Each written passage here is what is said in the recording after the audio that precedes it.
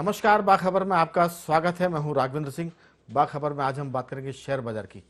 तो छप्पर फाड़ शेयर बाजार आज दरअसल कह सकते हैं कि 18 जनवरी 2022 के बाद पहला सोमवार था, पहला ऐसा दिन था जब निफ्टी 18,000 के पार हुआ और सेंसेक्स 60,611 के पार हुआ। ये पहला मौका था 18 जनवरी के बाद और लंबे समय से भारतीय बाजार में एक तरह से गिरावट थी और कह सकते हैं कि बाजार में मायूसी थी। लेकिन पिछले कुछ दिनों से हम बात करें, पिछले शुक्रवार जब वीकेंड हुआ था तब भी शेयर बाजार ठीक था और उसके पहले जब मंथली जो है वो बाजार जब ख़त्म हो रहा था तब भी गुरुवार को भी हालात ठीक थे। और आज तो कह सकते हैं कि शेयर बाजार में शेयर धारकों की बल्ले बल्ले हो गई। तो कह सकते हैं कि एक बार थोड़ा सा ज़्यादा हो जाए कि चारों पाँचों उंगलियां घी में थी और आज शेयर बाजार के जो ब्रोकर थे या जो शेयर खरीदना थे उनके सिर कढ़ाई में थे। आपको बता दें कि सेंसेक्स जो है निफ्टी 50 8,053.40 382.95 अंक की बढ़त के साथ 2.17% निफ्टी 50 आज बढ़ा। इसके बाद बैंक निफ्टी की बात करें, आज बैंक निफ्टी ने गजब का उछाल आया, 4% का उछाल था आज शेयर मार्केट के। बैंक निफ्टी की बात करें 38,635 का जो आंकड़ा है ये बड़ी मुश्किल से छुआ है, लेकिन जब ये छुआ तो बाजार बैंक निफ्टी 4% ऊपर था, यानी 1,486 अंक ऊपर। ये बहुत बड़ी बात थी अपने आप में। बैंक जो सेक्टर था वो आज एक तरह से पूरा खिलखिलाया हुआ था। और हम सेंसेक्स की बात करें तो सेंसेक्स 60,611 यानी 60,000 ही हो गया था और ये भी 2.25% उछल गया था। तो 2.25% सेंसेक्स उछला। टोटल निफ्टी 50 2.17% उछलकर 18,000 के पार हुआ और बैंक निफ्टी 38,635। तो ये बड़ा मामला था। कह सकते हैं कि भारतीय शेयर बाजार अब परिपक्व हो गया है। विदेशी निवेशक पैसा निकाले या लगाए, लेकिन बाजार पर फर्क बहुत कम पड़ता है। इसी पर हम चर्चा की शुरुआत करेंगे। हमारे साथ स्टूडियो में हैं हमारे 3 विशेष मेहमान। शेयर के विशेषज्ञ धर्मेंद्र मिश्रा जी, जो पिछले करीब 12-13 सालों से इस काम में लगे हुए हैं। सामाजिक सरोकार से जुड़े कमल राठी जी, और शेयर यानी डीमेट अकाउंट में जो एक आम डीमेट अकाउंट के उपभोक्ता होते हैं, जो ग्राहक होते हैं, जो शेयर बाजार में खरीदी बिक्री करते हैं, उसके जानकार उदयवीर सिंह जी चौहान। आप तीनों का बहुत बहुत स्वागत है। सबसे पहले धर्मेंद्र जी मैं आपकी तरफ आऊँगा, क्योंकि आज के बाजार में जो उछाल आया उसके पीछे एचडीएफसी का बड़ा रोल है। एचडीएफसी बैंक और एचडीएफसी जो आवास के लिए एक तरह से फाइनेंस करता है। लोग कहते हैं कि प्राइवेट सेक्टर में एचडीएफसी बैंक यानी फादर ऑफ बैंक कहा जाता है, और एचडीएफसी इन दोनों का जो मर्जर है, विलय है, इसने पूरे मार्केट को, बैंक सेक्टर को, बैंक निफ्टी को बहुत ऊंचाई दी और इससे पूरा मार्केट खिल गया। आपकी राय? जी राघवेंद्र जी, आज का सेशन स्टार्ट हो इससे पहले मैं थोड़ा सा कुछ विश्लेषण आपको धन्यवाद स्वरूप स्टार्ट करूंगा और उसमें चीजें आपकी जैसी मर्जी को। जी बिल्कुल जी। आपने जो लास्ट सेशन लिया था, इसके पहले वाला सेशन, वो सेशन आपका बहुत काबिले तारीफ था और उसकी बेस्ट विशेष जो है उसके रिगार्ड्स जो है अभी तक हमको मिलते आ रहे हैं फीडबैक। अगर आप भी देखेंगे तो आपको जो पिछला सेशन था उसकी शुभकामनाएं और उसके जो है अभी तक मतलब चला आ रहा है फीडबैक, वो ये था कि देखिए उस टाइम मार्केट पैनिक में था। आप ध्यान दीजिएगा, उस टाइम पे मार्केट में ऐसा पैनिक मचा हुआ था कि लोग कोई तृतीय विश्व युद्ध तो कोई कुछ और मार्केट में ऐसी पैनिक मची हुई थी कि इन्वेस्टर को समझ नहीं आ रहा था कि इस टाइम पे हम बने रहें या मार्केट में जो भी पूंजी बची है उसको निकाल के और हम उस पूंजी को ही बचाएं। लेकिन आपका जो सेशन था ऐसे समय पे हुआ था और उस सेशन पे हम लोगों ने लगभग 3 चीजें बहुत अच्छे से हाईलाइट करी थी। मैं 2 पॉइंट के माध्यम से उस चीजों को भी समझाऊंगा, 1 मिनट लूंगा। और उसमें हमने हाईलाइट्स ये दिखाया था कि डेटा के माध्यम से हमने उस सेशन को डिस्कस किया। विद्यार्थी ग्रुप में आपकी बात को बोलना चाहता हूँ। जैसे आपने उस दिन जो हेजिंग की बात की थी, जी हाँ, हेजिंग को जो आपने सिखाया था, मुझे लगता है कि जो शेयर मार्केट में काम करते हैं उनको हेजिंग का जो फंडा है वो उस दिन आपने बहुत बेहतर ढंग से समझाया था। उसके भी लोगों को बड़े पॉजिटिव रिएक्शन आए होंगे मुझे लगता है। बिल्कुल, बहुत अच्छा पॉइंट ध्यान है आपको। हेजिंग एक ऐसा टूल्स है जो ऐसे मार्केट में जब पैनिक आता है, जब मार्केट में ट्रेंड मतलब लोगों को समझ नहीं आता, ऐसे मार्केट में अगर हम हेजिंग करके चलें, हेजिंग जस्ट लाइक अगर हम एक शब्द में बोलें तो हेजिंग हम अपने पोर्टफोलियो का एक पॉलिसी कर देते हैं। हमने अपने पोर्टफोलियो की पॉलिसी कर दी, मतलब हमारा रिस्क एक तरीके से मेंटेन हो गया।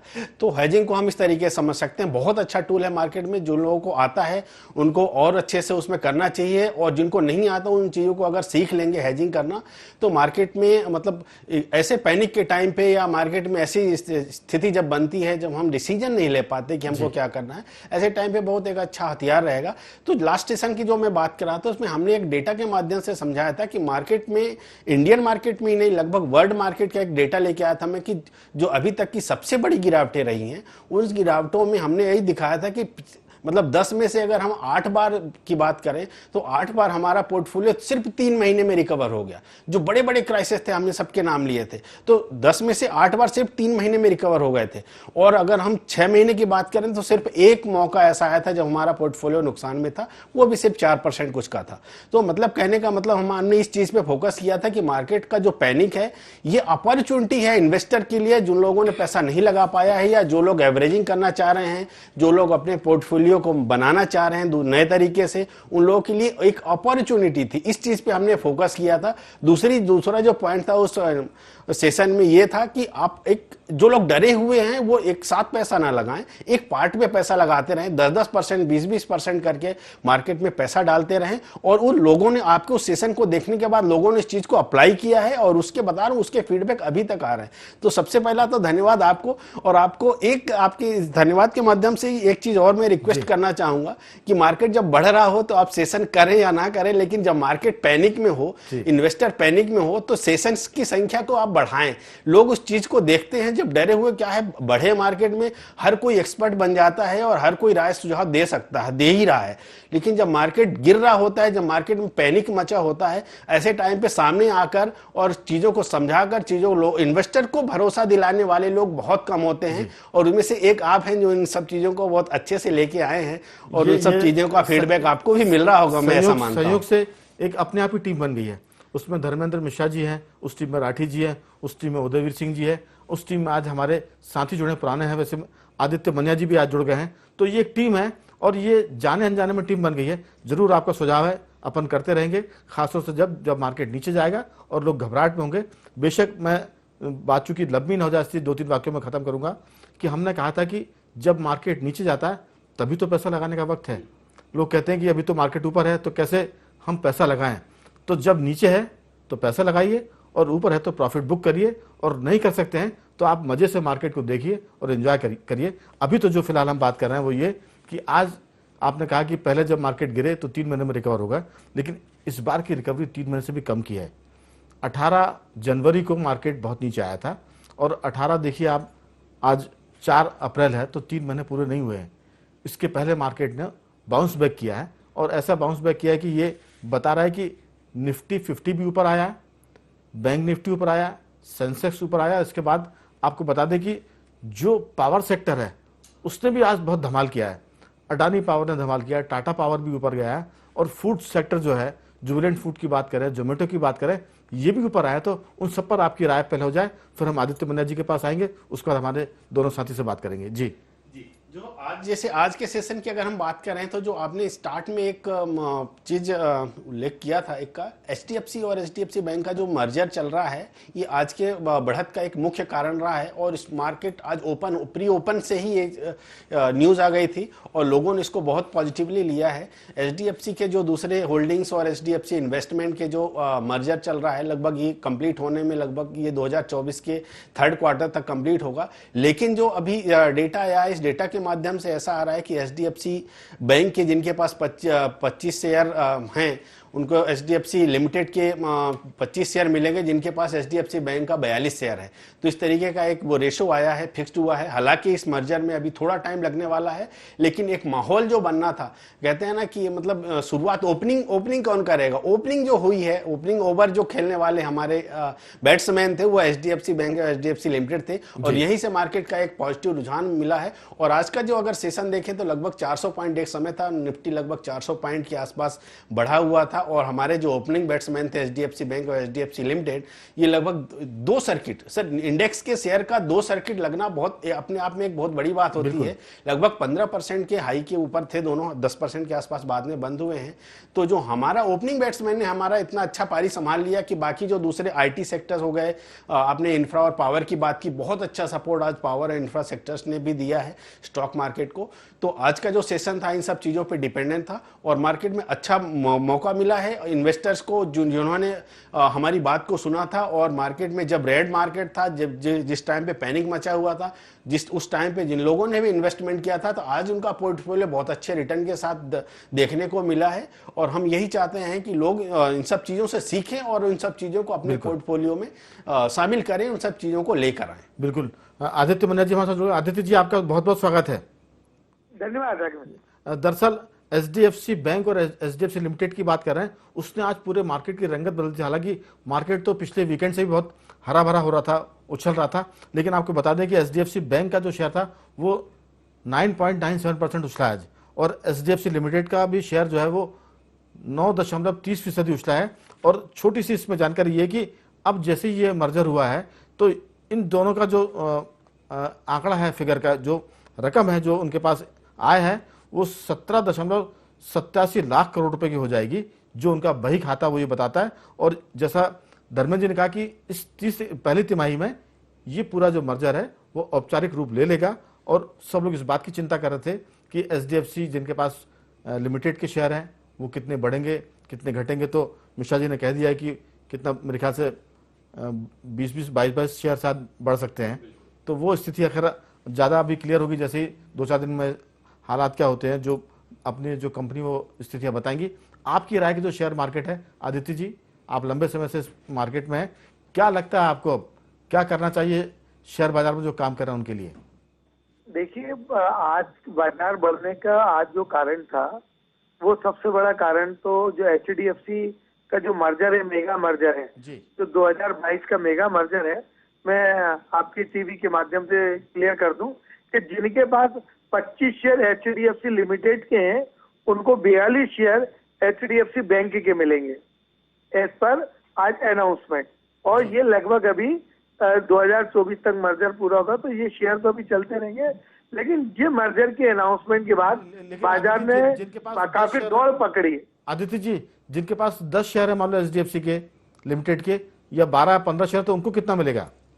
उसी रेशो में मिलेंगे। अच्छा, ठीक। ये मतलब जो जिसके पास एक एचडीएफसी का शेयर है, उसको लगभग 2.25 शेयर का जो है अमाउंट जो है ऐसा उस वक्त होएगा। तो मेरा आपके माध्यम से एक और भी निवेदन है कि जो लोग जिनके पास शेयर है वो अपने उस तरीके से राउंड फिगर में कर लें जिससे उनको फ्रैक्शन कूपन मिलने की बारी ना आए। ठीक है। तीसरी बात है कि हम पिछले 3 दिन से देख रहे हैं कि बाजार में एफआईआई ने बाजार में अपना रुख बदल दिया और लगातार खरीदी की करते आ रहे हैं। पिछले 4 दिन पहले की मैं बात करूं तो एफआईआई बाजार के प्रति निगेटिव थे। रशिया और जो यूक्रेन का जो युद्ध है वह अभी मैं नहीं समझता कि किसी मुकाम पर पहुंचा है, लेकिन फिर भी पूरी दुनिया के बाजार जो है उस युद्ध से उभरने की कोशिश कर रहे हैं, जिसके कारण देखा होगा आज ओपेक कंपनी है और दूसरे जो 12% के लगभग कच्चे तेल के भाव कम हुए हैं। ये भी बाजार की दौड़ का एक कारण है। एफआईआई ने खरीदी चालू कर दी, ये भी बाजार की। आपने आज देखा कि bank, pharma, FMCG, metal, power, oil and gas ये लगभग 1 से 3% तक उछले। बाजार में 3 दिन के पहले जो नेगेटिविटी थी वो अब पॉजिटिविटी में बदल गई, जिसके कारण आज दिन भर शॉर्ट कवरिंग भी रही। हमने देखा कि सेकंड हाफ में बाजार ने एक लंबी छलांग लगाई।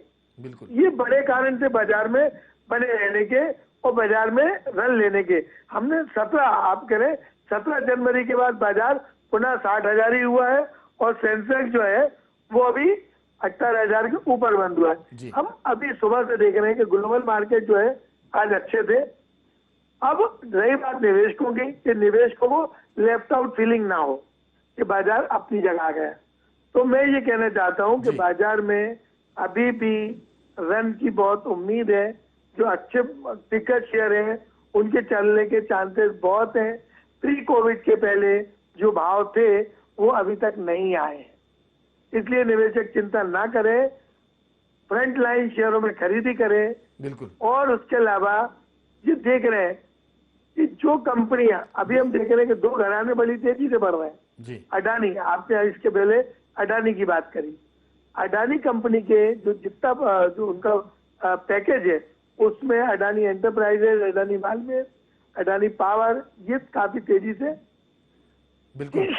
अभी अभी तो आदित्य जी, इस समय तो जो शेयर मार्केट में इन्वेस्टर है वो खुश हैं और कुछ तो मलाई काट रहे हैं और उनको लग रहा है कि फिर से बहुत जल्दी 3 महीने के पहले कमाने का मौका आ गया, क्योंकि 17-18 जनवरी को जो मार्केट नीचे गया था तब हमने एक बार और डिबेट की तो कहा था कि यही टाइम है पैसा इन्वेस्ट करने का, जिसके पास पैसा वो पैसा लगाए और जो नहीं लगा सकते वो मार्केट को देखे, क्योंकि घबराहट की बात नहीं है, मार्केट फिर ऊपर आएगा, क्योंकि हर रात की सुबह होती है। मैं लौटूंगा आपके पास राठी जी, जो सारा मामला है निवेशक इस समय खुश है और जो मार्केट में पैसा लगाए हुए हैं वो चाहे तो मुनाफा कमा लें या चाहे तो अभी इसको रहने दें, क्योंकि मार्केट अभी नीचे जाने वाला नहीं, क्योंकि भारतीय बाजार परिपक्व हो गया है।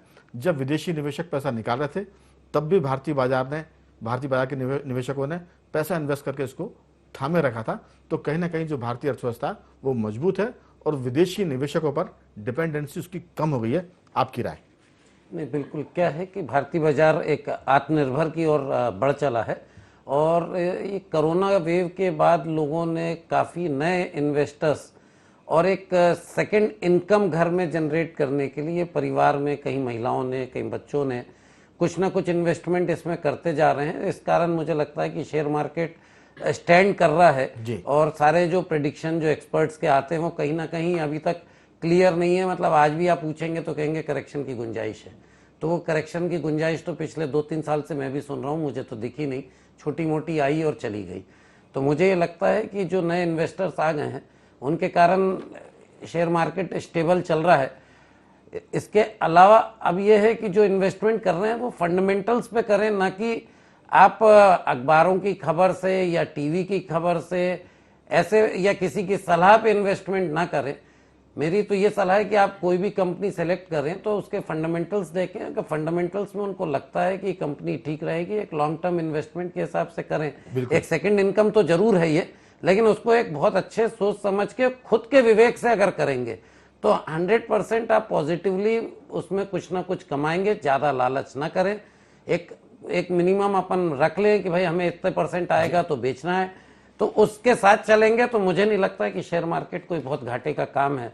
लेकिन जब अपन खबरों से और उसके आधार पर चलते हैं तो कहीं ना कहीं पैसा डूबना तय है। बिल्कुल। तो ये तो जोखिम का काम है, लेकिन असल में जो गहरे पानी पे जाता है वही मोती लेके आता है। तो जोखिम जो उठाएगा वो पैसा कमाएगा, बस आपको इसमें समझदारी की जरूरत है। और जैसा आपने कहा कि फंडामेंटल कंपनी की बैलेंस शीट देखिए, कितना उसके पास कर्ज है, कितना उसका मुनाफा है और कितनी उसकी फ्यूचर की प्लानिंग है।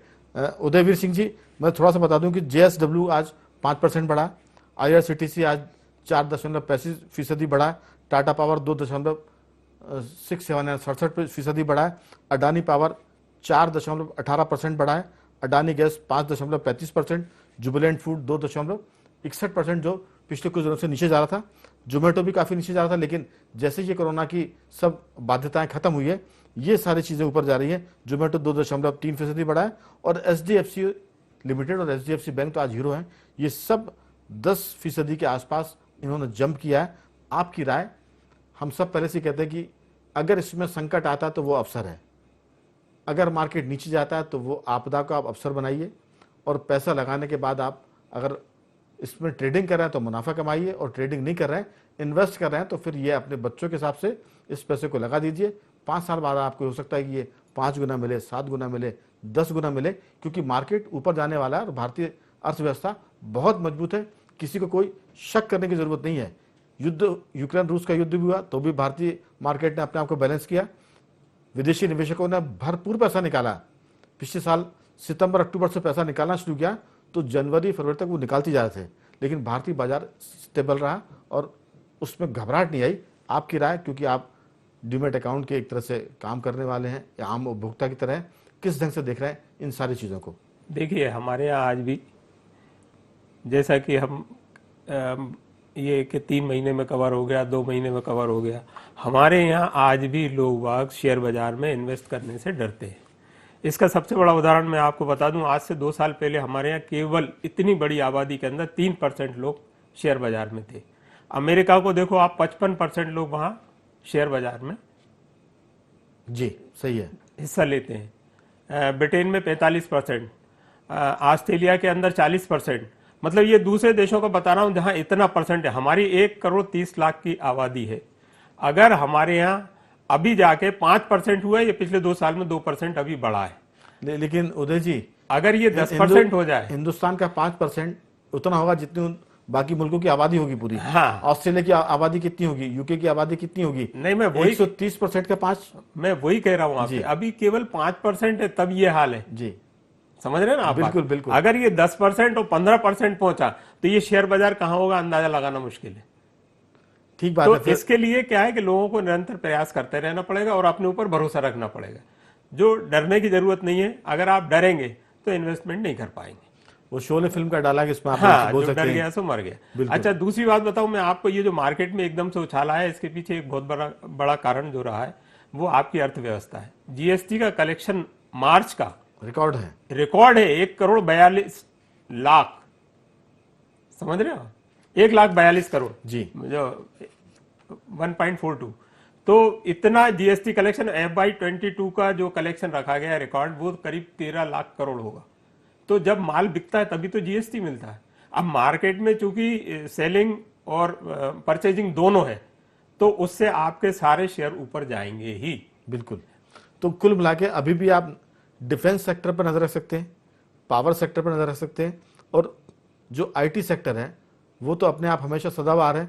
धर्मेंद्र जी, एक सेक्टर और बता रहा हूँ आपको, चूंकि इस समय क्या है कि जो रियल एस्टेट है जी, वो बहुत तेजी से ग्रो कर रहा है। तो रियल एस्टेट में जितनी कंपनियां सब्सिडायरी होती हैं, जैसे कि पाइप लगना है, इलेक्ट्रिक के उपकरण लगने हैं, सीमेंट लगना है, लोहा लगना है, इनकी वजह से मार्केट बहुत ऊपर जाएगा। बिल्कुल, उसका भी ध्यान। रियल एस्टेट भी इस समय एक बड़ा सेक्टर है। हमेशा से रहा है, क्योंकि रियल एस्टेट का मतलब है कि एक ही रियल एस्टेट में कई सारे सेक्टर काम करते हैं। उसमें पावर सेक्टर भी काम करता है, उसमें आयरन का सेक्टर भी है, मेटल की बात भी करें। धर्मेंद्र जी, अब ये आखिरी दौर की बातचीत और हम 5 लोग हैं। अंत में मैं सिर्फ समापन करके सबको धन्यवाद कर दूंगा। आप चारों अगर एक मिनट लेंगे तो हमारे पास कुल 5 मिनट है। गागर में सागर भरने की बिल्कुल, आपसे समय अपेक्षा ना है। लेते हुए मैं बस इतना कहना चाहूँगा, आपके माध्यम से जो दर्शक जुड़े हुए हैं, जो इन्वेस्टर जुड़े हुए हैं, उनको मैं यही कहना चाहूँगा कि मार्केट में पैनिक होने की जरूरत नहीं है। जब भी मार्केट में करेक्शन मिला, आप उसको अपॉर्चुनिटी समझिए और उसमें पार्टली इन्वेस्टमेंट करिए। अच्छे फंडामेंटली स्टॉक्स, अच्छे लीडिंग स्टॉक्स, टेक्निकल स्टॉक्स को अपने पोर्टफोलियो में ऐड करते रहिए और देखेंगे कि बहुत जल्द 2 से 3 महीने में मार्केट जो है नई ऊंचाइयों को छुएगा। और अगर हम बहुत ही शॉर्ट टर्म की बात करें तो लगभग 2 से 3 महीने में हम लगभग निफ्टी को 19,000 प्लस देखेंगे और हम लोग यहीं बैठ के फिर डिबेट करेंगे। मार्केट में बने रहिए और अपॉर्चुनिटी को आप गेन करते रहिए, अपॉर्चुनिटी को कन्वर्ट करते रहिए। मार्केट में बने रहिए और जब करेक्शन आता तो पैनिक ना हो, और जब ये मार्केट ऊपर जा रहा तो खुश होइए, क्योंकि ये खुशी के मौके कम आते हैं। आदित्य मनिया जी, आपकी क्या राय है, बहुत संक्षेप में? मैं समझ रहा हूँ पिछले 1 महीने में मैंने देखा, आज शाम को बैठा तो निवेशकों की ग्रोथ 30 लाख करोड़ बढ़ी है मार्केट के अंदर। और आने वाले समय में बाजार में, जैसे कि आपने कहा कि हमारी भारतीय अर्थव्यवस्था सुदृढ़ हो रही है, कच्चे तेल के दाम नीचे गिर रहे हैं और मार्केट में डिमांड बढ़ रही है, क्योंकि हमने देखा कि इन्फ्लेशन बढ़ रहा है। तो उस हिसाब से जो आज की तारीख में हमारी जीडीपी, जितने भी दुनिया की बड़ी एनालिस्ट कंपनी है, उन्होंने 7% के ऊपर कर रखी है। हम अगर उसको देखें तो बाजार में अभी भी चांस है 2022 दिसंबर में हम एक नया हाई बनाएंगे।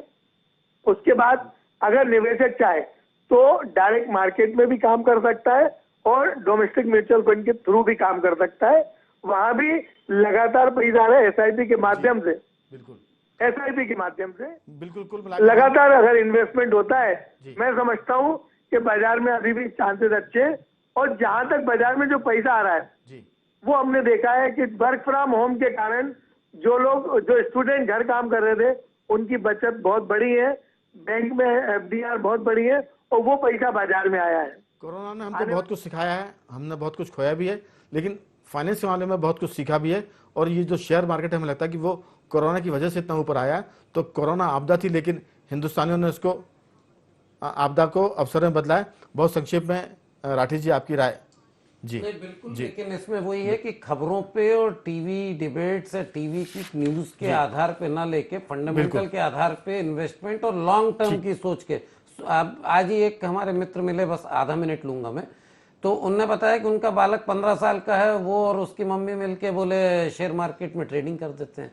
तो आप देखेंगे जो इस टाइप के हैं तो ये फिर रोएंगे भी। चलिए, तो मुझे लगता है समय की तंगी है, मैं बहुत माफी के साथ उदयवीर जी आपको समय नहीं दे पाऊंगा क्योंकि समय खत्म हो रहा है। एक लाइन जी जी कि मार्केट में ये ना करें कि अभी बेच के कल नीचे आएगा तो खरीद लूंगा। ये चलिए, दर्शकों के सब लिए ये रखें। कुल गलती ना मिलाकर करें। चारों मेहमानों का बहुत धन्यवाद। मन्या जी आपका धन्यवाद, धर्मेंद्र जी आपका भी, और राठी जी, उदयवीर जी आपका बहुत बहुत धन्यवाद। कुल मिलाकर बाजार खिलखिला रहा है और छप्पर फाड़ कर दे रहा है। बाखबर में आज सिर्फ इतना ही। कल किसी और मुद्दे पर आपसे बात करेंगे, तब तक बने रहिए हमारे साथ और देखते रहिए IND24।